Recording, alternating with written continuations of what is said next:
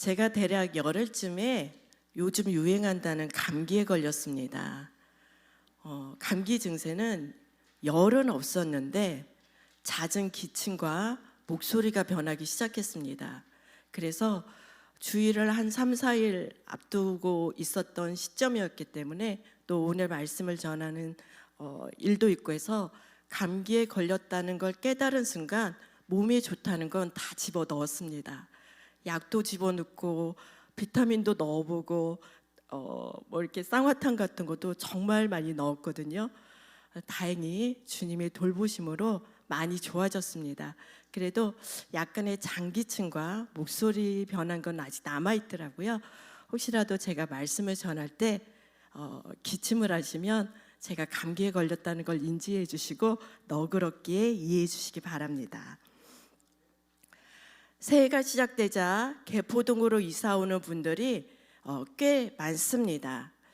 한 번은 아주 추운 날 들어오는 이사 차량을 보았습니다.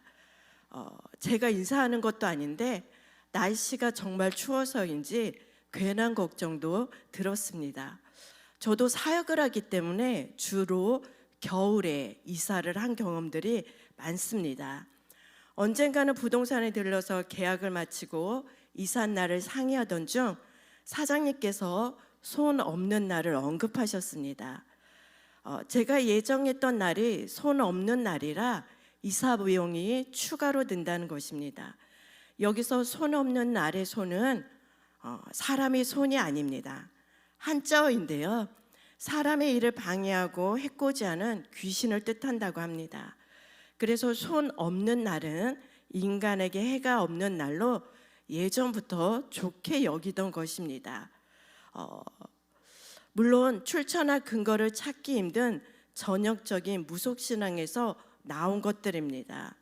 또 저는 교회를 다니고 있었기 때문에 손 없는 날이 아닌 비용을 생각해서 손 있는 날에 이사를 했습니다.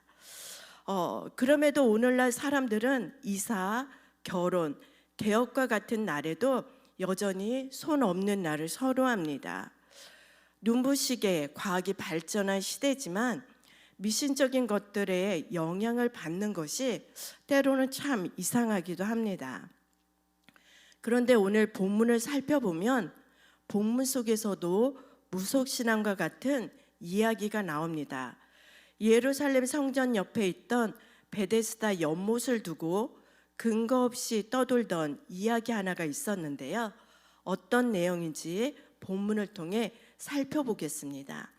먼저 1절을 보시면 예수님께서 유대인의 명절을 맞아 다른 지역에 계시다가 예루살렘으로 들어오셨습니다. 예루살렘 성에는 또 출입하는 여러 개의 문이 있었는데 그 중에는 성전 속에 들어가는 제사 때 사용하는 양들이 출입하는 양의 문도 있었습니다. 양문이라고 저희가 부르는데요. 그 양문 곁에 베데스다라는 연못이 있었던 것입니다.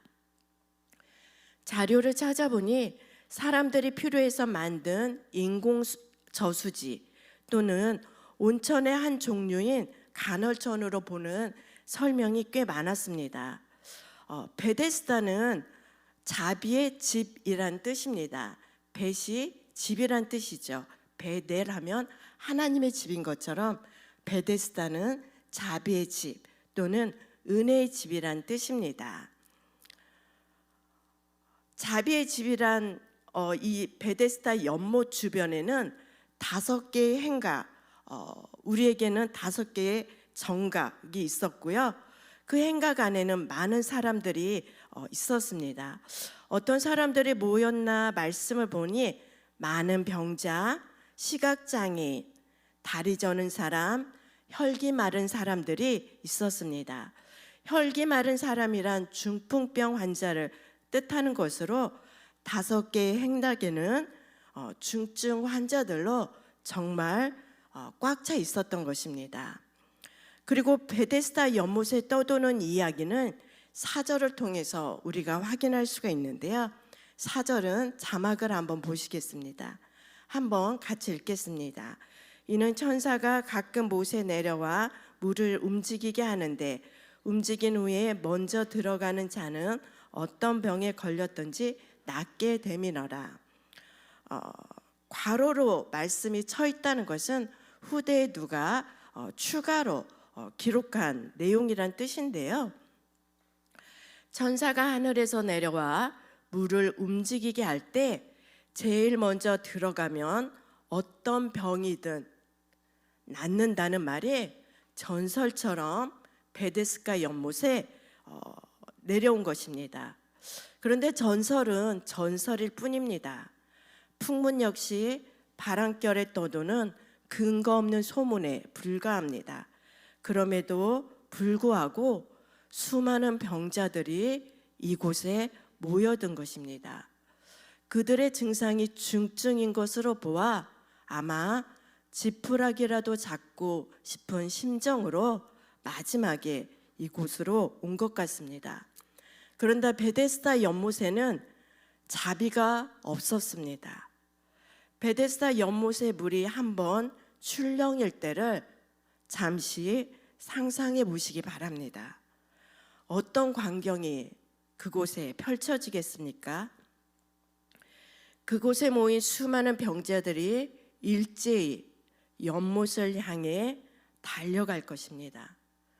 손과 발이 불편한 사람들, 잘 걷지 못하는 사람들, 앞을 보지 못하는 사람들, 남의 도움을 받아야만 움직일 수 있는 사람들 모두가 연못에 가장 먼저 도착하기 위해서 아우성과 몸부림을 칠 것입니다.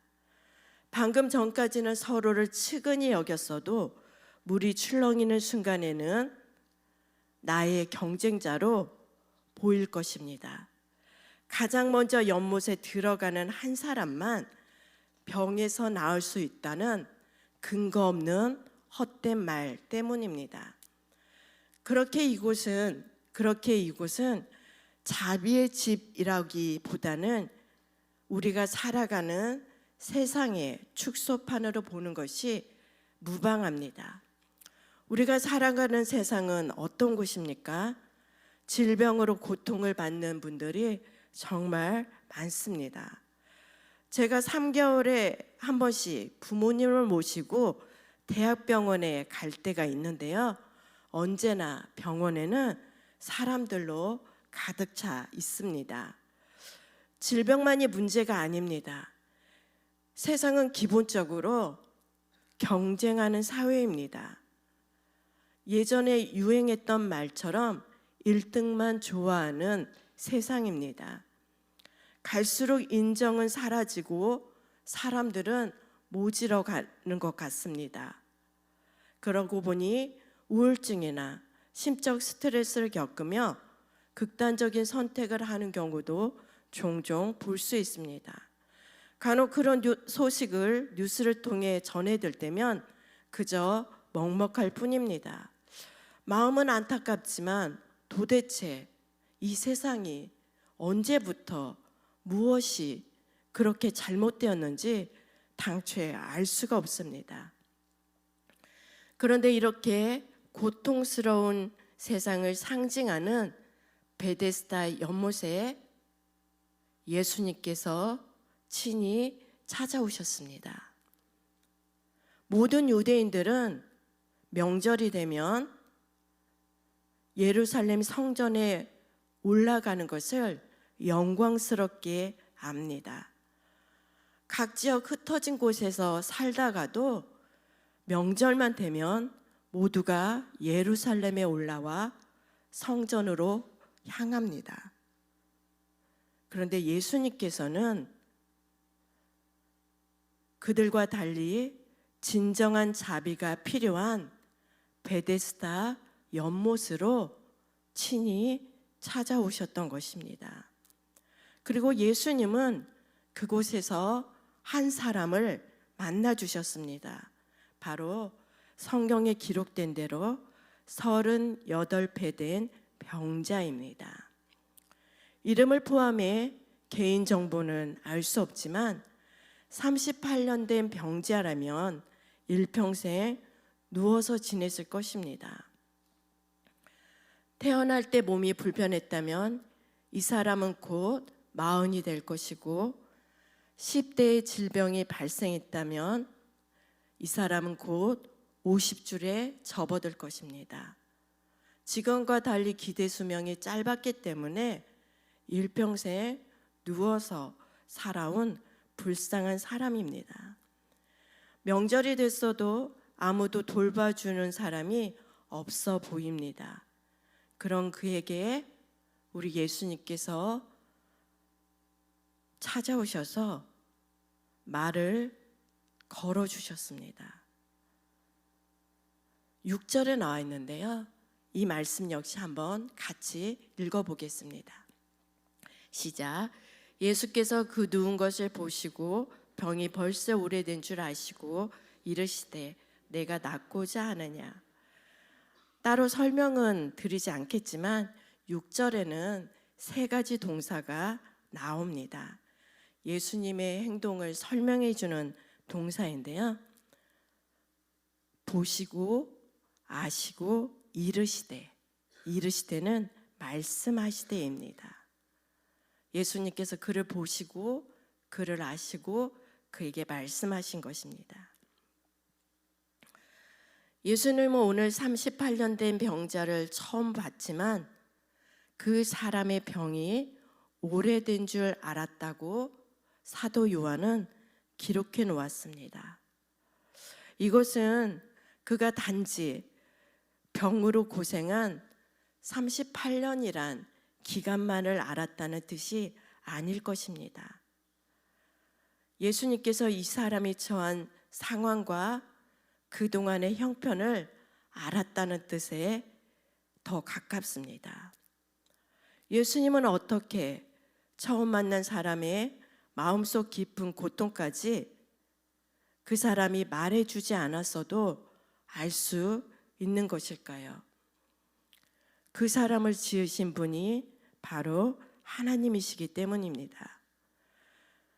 지으셨다는 단어는 주로 토기장이가 흙으로 무엇인가를 만들 때 사용하는 단어입니다. 토기장이가 그릇 한 개를 만들 때 얼마나 많은 정성을 쏟습니까? 그런 것처럼 하나님께서 그를 만드실 때 아주 정성스럽게 하나님의 손으로 빚어 주셨던 것입니다.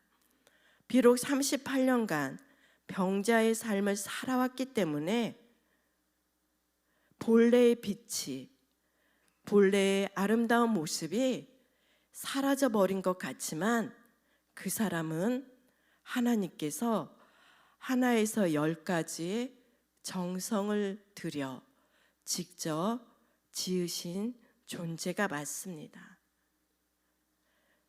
그렇게 처음 만났을지라도 예수님께서 그의 생각과 그의 마음과 그의 모든 것을 아시는 것은 당연합니다. 이 내용은 우리에게도 똑같이 적용해 볼 수 있습니다. 사랑하는 성도 여러분, 예수님은 우리의 생각과 우리의 감정을 모두 알고 계십니다. 내가 말하지 않아도 주님은 아십니다. 내가 나를 아는 것보다 예수님께서 우리를 아는 것이 더 정확할 것입니다. 또 무엇보다 예수님은 38년 된 병자의 간절한 소원까지 알고 계셨습니다. 예수님께서 그 사람을 향하여 내가 낫고자 하느냐고 물어보신 것만 보아도 짐작할 수 있습니다. 10중 8구 100이면 100 모든 사람이 모두가 이 상황이 되면 병 낫기를 소원할 것입니다. 네, 예수님 제 병을 고쳐주세요 라고 입에서 대답이 튀어나올 것입니다. 그런데 병자의 대답은 조금 달랐습니다. 7절에 나와 있는데요. 병자의 대답을 우리 함께 읽어보도록 하겠습니다. 시작.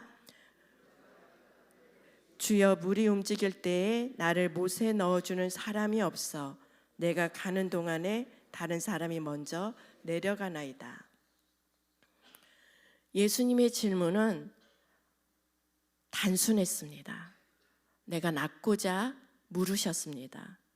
그런데 그 사람은 자신의 병이 낫지 못한 이유를 설명하고 있는 것입니다. 하소연일 수도 있고 세상을 향한 원망이 쌓인 마음에서 나온 소리일 수 있습니다. 하지만 저는 38년 된 병자의 마음속에 있는 그 무엇이 있는지 조금은 알 것 같습니다. 그의 마음속에는 베데스다 연못에서 겪어온 좌절과 고통이 가득 차 있었던 것입니다. 어쩌면 38년 된 병자는 베데스다 연못에 머물러 있었지만 자신이 정말로 나을 수 있다는 희망은 갖지 않을 수도 있습니다. 삶을 포기한 채 그저 그곳에 머물러 있는 상태일 수도 있습니다. 하지만 예수님께서는 그런 그 대답을 하는 그를 향해 믿음 없다, 너는 마음의 준비가 덜 되어 있다고 평가하지 않았습니다. 그저 그를 불쌍히 여기시고 그를 받아주심으로 능력 있는 말씀으로 고쳐주셨습니다. 그 능력의 말씀이 8절에 나와 있는데요. 성경에서 유명한 구절일 뿐만 아니라 혹이라도 우리 마음에 낙심과 절망이 있다면 주님이 우리에게 주신 말씀으로 받으며 함께 읽어보도록 하겠습니다. 함께 읽겠습니다. 예수께서 이르시되 일어나 내 자리를 들고 걸어가라 하시니, 일어나 내 자리를 들고 걸어가라. 제가 주목하는 단어는 일어나입니다. 이 단어는 부활에 사용된 헬라어 단어와 같습니다. 예수님께서 죽은 나사로를 부르셨을 때도 이 단어가 사용됐습니다. 즉 예수님께서 병자를 향해 일어나라고 말씀하신 것은 죽은 나사로를 다시 살리신 것처럼 죽은 자와 방불한 죽은 자처럼 살아온 그의 삶을 다시 한번 살려주시는, 생명을 불어넣으시는 능력의 말씀이었던 것입니다. 뿐만 아닙니다. 내 자리를 들고 걸어가라고 말씀을 연이어 하셨습니다. 걸어가라는 것은 멈춰있는 동작이 아니라 지속적으로 움직이는 동작을 뜻합니다. 실제로 예수님의 말씀을 듣고 그 사람은 즉시 나와서 자신의 자리를 들고 걸어갔습니다. 걸어 다녔습니다. 이 부분만 놓고 묵상하면 예수님의 놀라운 치유 사역에 경이로움과 감탄만 나올 뿐입니다. 나에게도 역시 주님의 능력의 말씀이 임하기를 기대할 뿐입니다. 그런데 38년 된 병자가 고쳐진 사건은 그가 나음을 입은 것에서 끝나지 않았습니다. 9절 끝부분을 보시면 이날은 안식일이었다고 기록되어 있습니다. 이 역시 요한복음의 저자 사도 요한의 의도가 담긴 기록입니다. 메시지를 전하고자 하는 것이죠. 실제로 예수님께서 안식일에 병자를 고쳐주신 사건은 거기서 끝이 나지 않고 유대인들 사이에서 심각한 논쟁으로 이어졌습니다. 그 논쟁이 10절에 나왔는데요. 10절은 제가 한번 읽어드리겠습니다. 유대인들이 병 나은 사람에게 이르되 안식일인데 내가 자리를 들고 가는 것이 옳지 아니하니라. 유대인들의 눈에는 병에서 낫고 걸어 다니는 놀라운 기적보다 안식일을 어기고 자리를 들고 가는 모습이 더 눈에 거슬리고 심각했던 것입니다.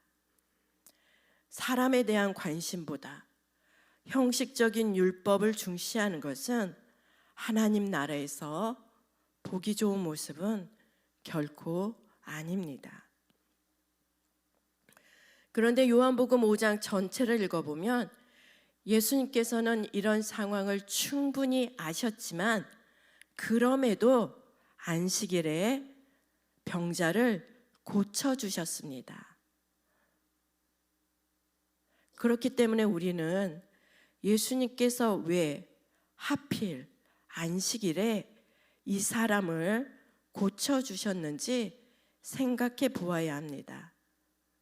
그래야 예수님께서 38년 된 병자를 고쳐주신 사건의 참된 의미를 우리가 알 수 있습니다. 그래서 제가 잠시 안식일 제도에 관한 설명을 드리려고 하는데요. 38년 된 병자의 상황과 연결시켜서 안식일의 의미를 들어주시면 좋을 것 같습니다.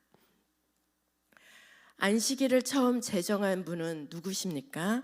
하나님이십니다.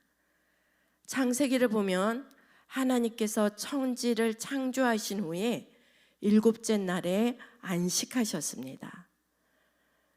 그리고 하나님은 그날을 복되게 하시고 거룩하게 하셨습니다.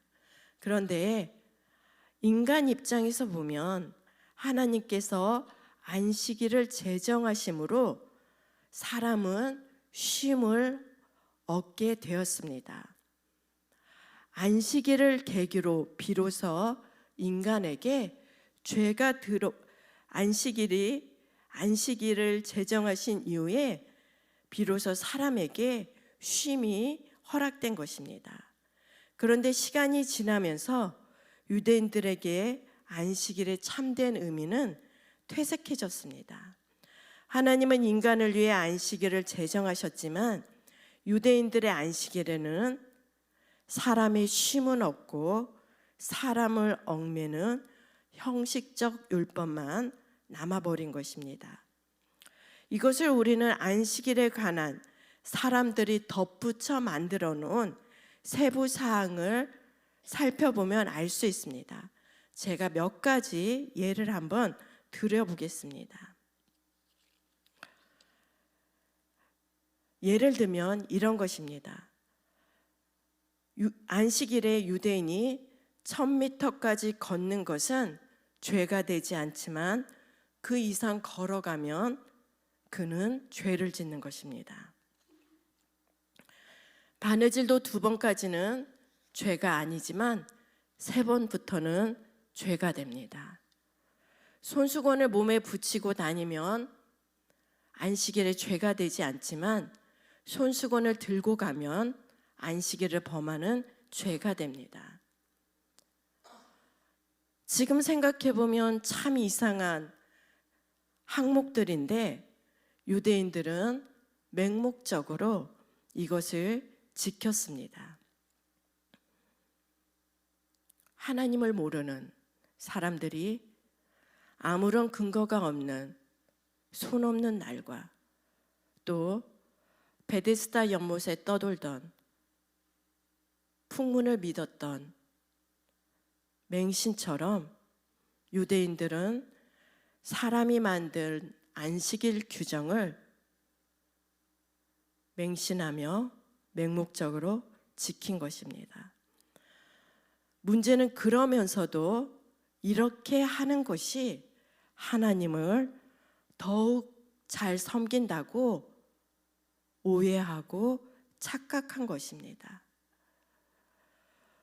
본문에서 안식일에 병자를 고친 예수님을 비난하고 정죄하는 유대인들은 스스로 하나님을 잘 섬긴다고 생각할 것입니다.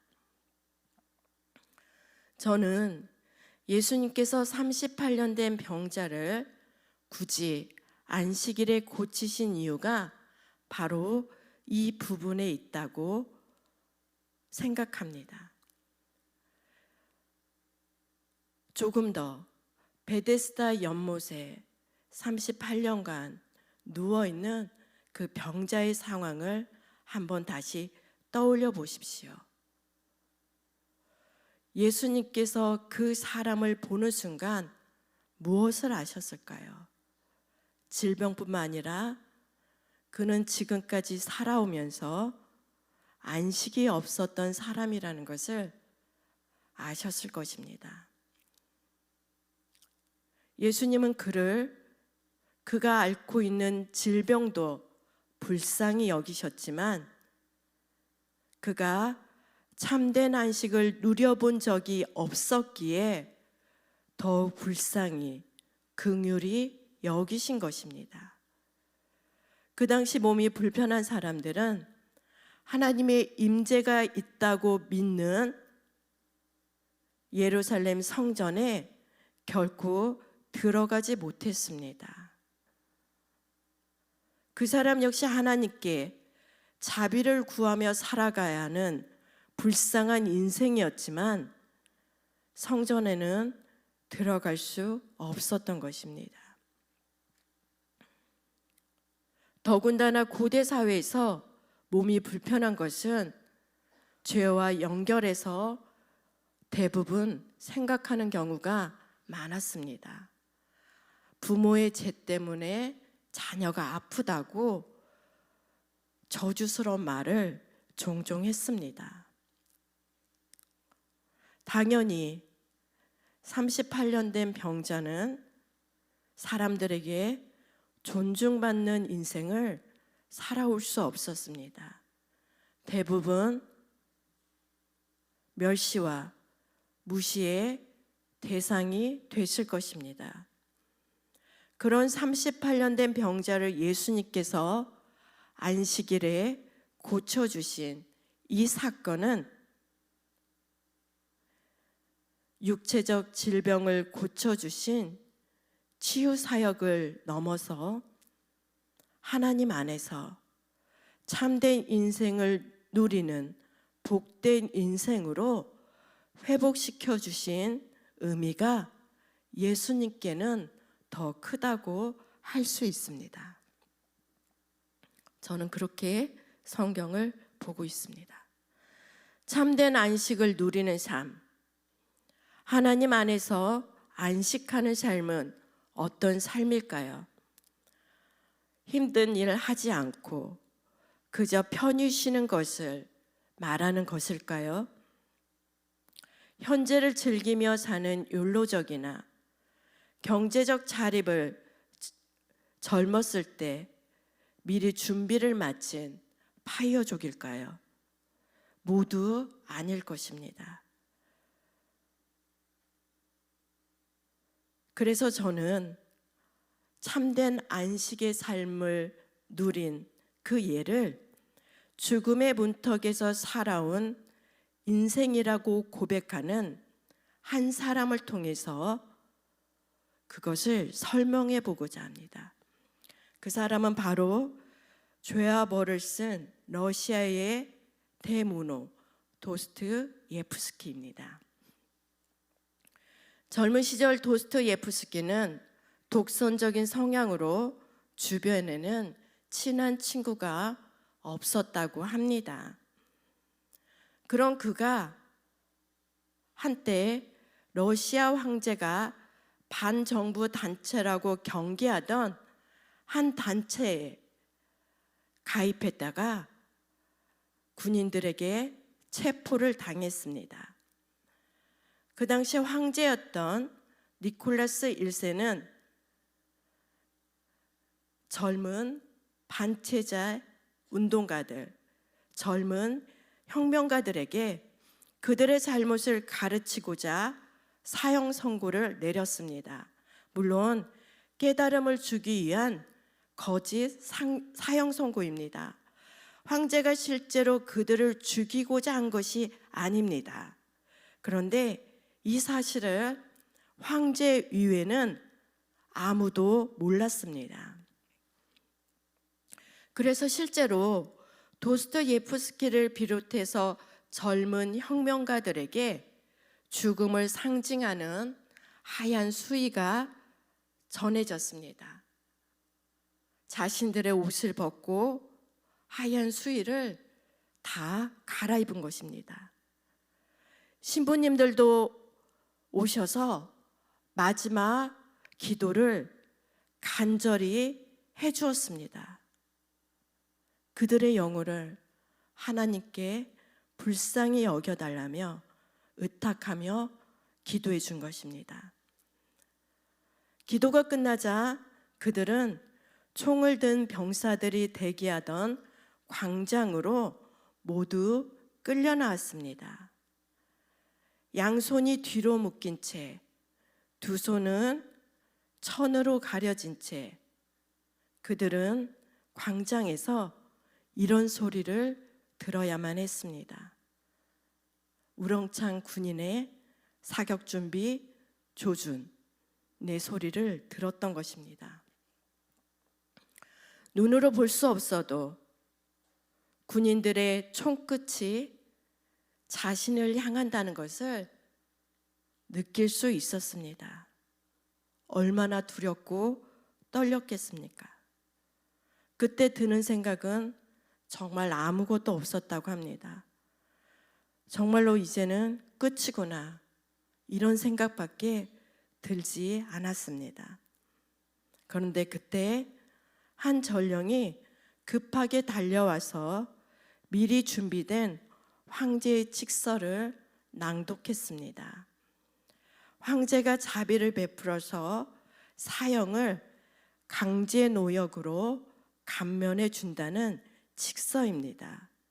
훗날 이때 도스토예프스키는 그 광정에서 자신의 목전까지 다가온 죽음을 맛보았다고 고백하고 있습니다. 그런 후에 그들은 감옥으로 옮겨졌습니다. 감옥에서 유일하게 허용된 책은 성경뿐이었습니다. 그래서 그는 성경을 계속 읽어나갔습니다. 성경 역시 도스토예프스키가 준비해서 감옥으로 가져간 것이 아닙니다. 시베리아의 호성 열차를 타고 가던 중에 아주 신실한 여인이 성경을 그에게 건네주었다고 합니다. 감옥에서 성경을 읽고 또 읽으면서 결국 그는 예수 그리스도를 만났습니다. 그리고 죽었다 살아난 자신에게 주어진 새로운 삶, 비록 감옥 안에 갇혔어도 그 새로운 삶은 하나님께서 자신에게 사명을 완수할 수 있는 기회로 주신 것이라고 생각하고 또 믿었습니다. 대략 8년 후 시베리아 감옥에서 풀려나왔을 때 그는 신실한 신앙인으로 병에 있었습니다. 감옥 안에서도 성경 외에는 어떤 종이도 어떤 펜도 없었기 때문에 하나님을 생각하며 그는 계속해서 머릿속으로 소설을 써내렸다고 합니다.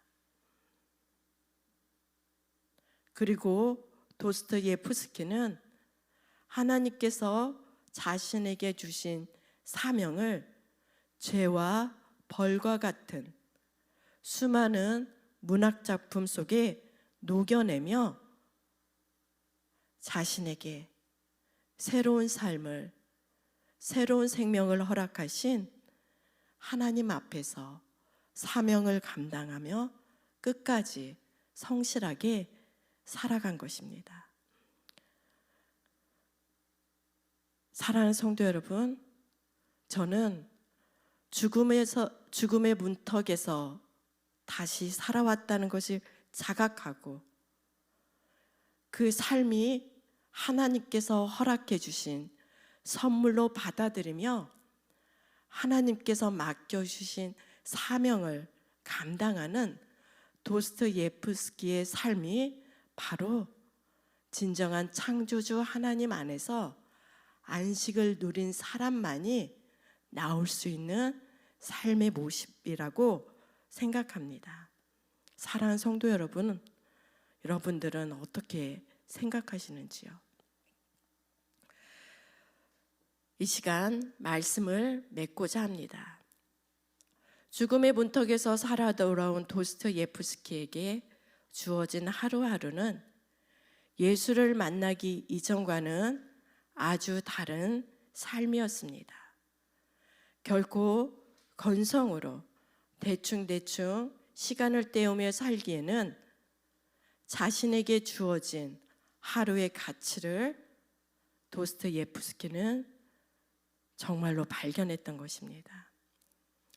그에게 죽었다 다시 사는 그 인생은 죄와 허물에서 우리를 구원해 주신 예수님을 기억하며 예수님을 위해서 살아가는 삶이었습니다.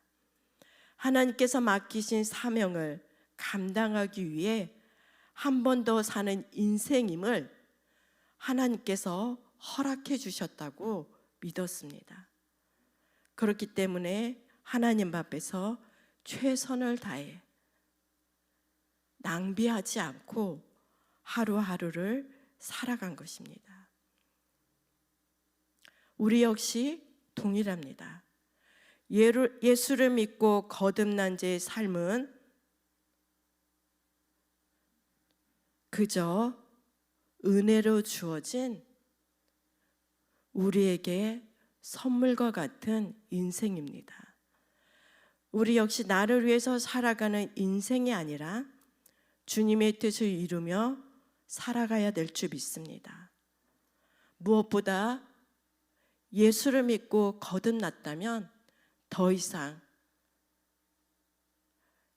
베데스다 연못만을 바라보는 영적으로 죽어있는 38년 된 병자처럼 삶을 낙심하며 살아가서는 안 됩니다. 그렇기 때문에 저와 여러분 올 한 해를 살아가실 때 이 말씀을 기억하며 살아가길 소망합니다. 예수님은 2000년 전이나 오늘에나 우리를 향해서도 일어서라고 말씀하십니다.